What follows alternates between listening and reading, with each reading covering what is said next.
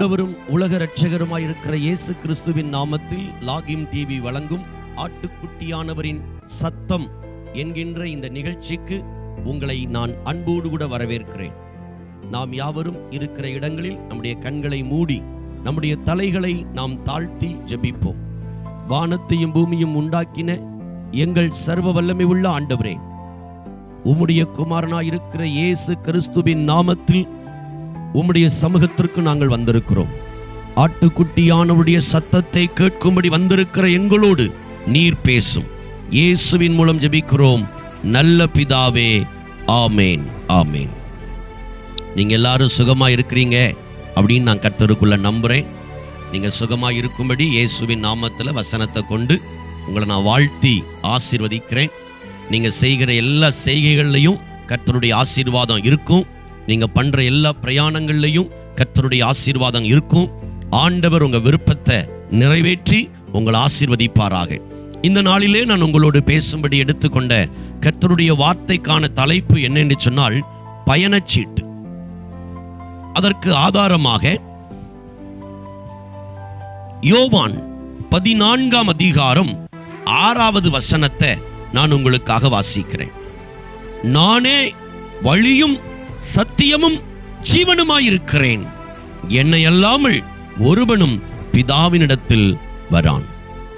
அன்பானவர்களே, நாம் ஒரு பேருந்தில் ஏறிவிட்டோம் என்று சொன்னால் தொடர்ந்து அதில் பயணிப்பதற்கு நாம் அந்த பேருந்தில் பயணச்சீட்டு வாங்க வேண்டும். ஒரு புகைவண்டியில் நாம் பயணிக்க வேண்டுமானால் அதில் ஏறினால் மாத்திரம் போதாது, அதில் பயணிப்பதற்கான பயணச்சீட்டை நாம் வாங்க வேண்டும்.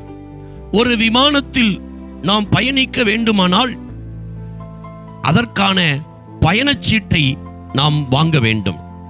ஒரு கப்பலில் நாம் பயணிக்க வேண்டுமானால் அதில் பயணிப்பதற்கான பயணச்சீட்டை நாம் வாங்க வேண்டும்.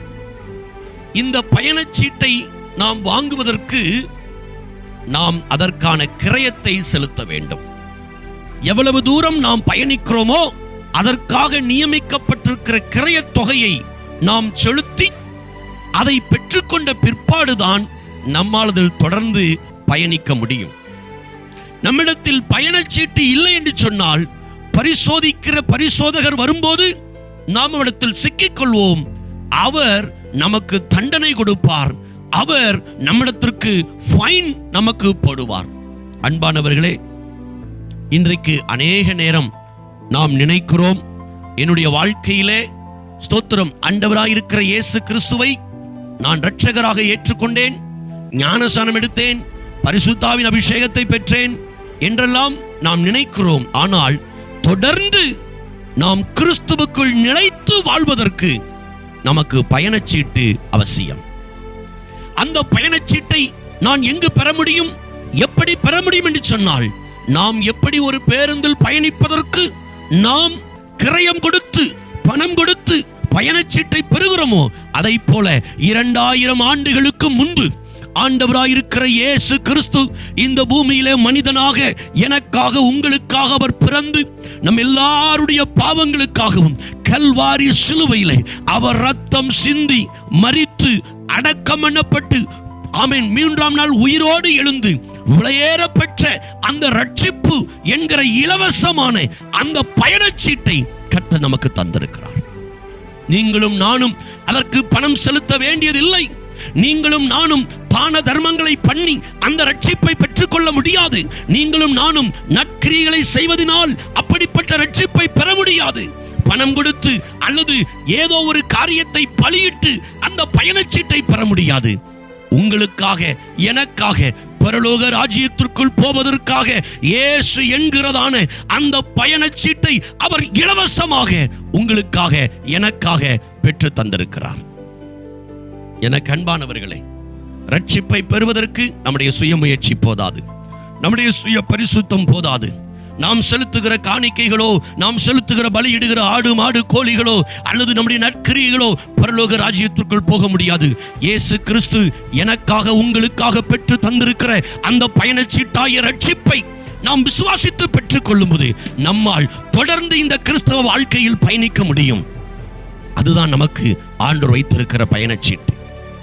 இதுவரையிலேயும் இந்த பயணச்சீட்டு நீங்கள் இல்லாமல் இருப்பீர் என்று சொன்னால், என் அன்பு சகோதரனே, என் அன்பு சகோதரியே, இப்பொழுது இந்த நல்ல தருணத்திலே அந்த பயணச்சீட்டை இலவசமாய் கர்த்தர் உங்களுக்கு கொடுக்க விரும்புகிறார். கண்களை மூடி ஜெபிப்போமா? வானத்தையும் பூமியும் உண்டாக்கின எங்கள் சர்வ வல்லமை உள்ள ஆண்டவரே, உம்முடைய குமாரனாயிருக்கிற இயேசு கிறிஸ்துவின் நாமத்தில் ரட்சிப்பு என்கிறதான பரலோக ராஜ்யத்திற்கு போகக்கூடிய இந்த பயணச்சீட்டை 2000 ஆண்டுகளுக்கு முன்பு தும்முடைய விலையேறப்பட்ட ரத்தத்தை இந்த பூமியில எங்களுக்காக நீ சிந்தி மரித்து அடக்கம் பண்ணப்பட்டு உயிரோடு எழுந்திருக்கிறீர். அந்த ரட்சிப்பு என்கிற இலவசமான பயணச்சீட்டை பெற்றுக்கொள்ள எங்களுக்கு கிருபை தாரும். நாங்கள் பாவி என்று உணர்ந்து எங்கள் பாவத்தை அறிக்கையிட்டு இயேசுவின் ரத்தத்தால் கழுவப்பட்டு ஆண்டவரே ஒரு புதிய மனுஷனாய் நாங்கள் மாறும்போது அந்த பயணச்சீட்டை பெற்றுக்கொள்கிறோம் என்கிற விசுவாசத்தை எங்களுக்கு தாரும். எங்களை ஆசீர்வதியும், எங்களை வழி நடத்தும். இதுவரையிலையும் அந்த பயணச்சீட்டை பெற்றுக்கொள்ளாதவர்களுக்காய் பாரப்படுகிறோம். பெற்றுக்கொள்ளும்படி அனுக்கிரகம் பண்ணும். இயேசு கிறிஸ்துவின் நாமத்தில் ஜெபிக்கிறோம் நல்ல பிதாவே, ஆமென். பிரியமானவர்களே, இந்த நிகழ்ச்சி உங்களுக்கு ஆசீர்வாதமாக இருக்கும் என்று நான் கர்த்தருக்குள் விசுவாசிக்கிறேன். இதை மற்றவர்களுக்கு நீங்கள் பகிரும்படி உங்களை அன்பாய் கேட்கிறேன். மேலும் லாகிம் டிவி என்கிற இந்த யூடியூப் சேனலை நீங்கள் சப்ஸ்கிரைப் பண்ணும்படி உங்களை அன்பாய் நாங்கள் கேட்டுக்கொள்கிறோம். உங்களுக்கு தெரிந்த அறிமுகமான அன்பு நபர்களுக்கு இந்த சேனலை நீங்கள் அறிமுகப்படுத்தும்படி இயேசுவின் நாமத்தில் அன்பாய் கேட்கிறோம். உங்களுடைய மேலான கருத்துக்கள், ஜெப விண்ணப்பங்கள் இருக்குமானால் கீழே தெரிகிற எங்கள் தொலைபேசி எண்ணுக்கு தொடர்பு கொள்ளும்படி அன்பாய் கேட்கிறோம். கர்த்தர் தாமே உங்களை ஆசீர்வதிப்பார். God bless you.